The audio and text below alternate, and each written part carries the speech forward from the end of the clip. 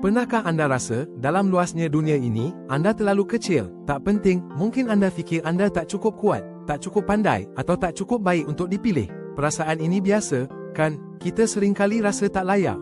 Namun, tahukah anda, mata Tuhan melihat jauh berbeza. Dia tidak mencari yang paling hebat, berkuasa, atau sempurna. Sebaliknya, dia memilih anda, bukan kerana apa yang anda ada, tetapi kerana kasih-Nya yang agung dan abadi. Ya, seperti yang tertulis, kerana Tuhan mengasihi kamu dan kerana Dia memegang janji-Nya kepada nenek moyang kamu. Ini adalah janji yang kekal dan takkan pernah pudar. Anda bukan sekadar dipilih, tetapi anda adalah permata berharga, disayangi dan dijaga di dalam hati-Nya. Cintanya itu tulus, murni dan tidak bersyarat. Jadi, buanglah segala keraguan, anda istimewa di mata-Nya. Diterima seadanya, dikasihi sepenuh jiwa. Ini kebenaran yang membebaskan, janji-Nya yang agung kepada kita.